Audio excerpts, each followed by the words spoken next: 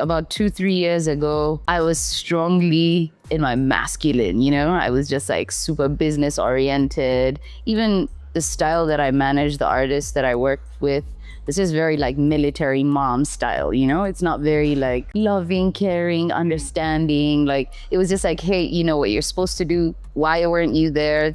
I'm not happy with that. I cannot have that happen again. But then I think the last 2 years, 2.5 years, I traveled a lot more.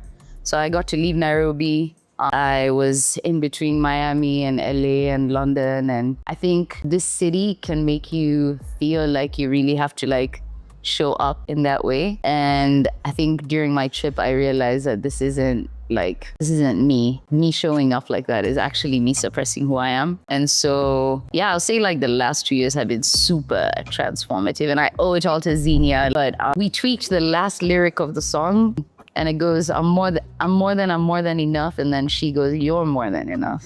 So she kind of changes the narrative of everything she's just described to make you feel like, hey, I've been talking about you the whole time, if that makes sense. And so she has had that effect on me.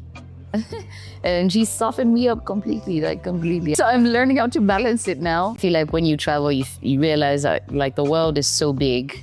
There's so many people who are like-minded. There's so many spaces for you to like sit and thrive in, and that they welcome you in, And so, yeah, I had to let loose and throw all these traumas behind and just like start anew, if that makes sense. But I think if you're lucky enough to find the right people around you who can bring out, the parts of you that you're suppressing that need to, be experienced, then it just becomes like such a beautiful thing.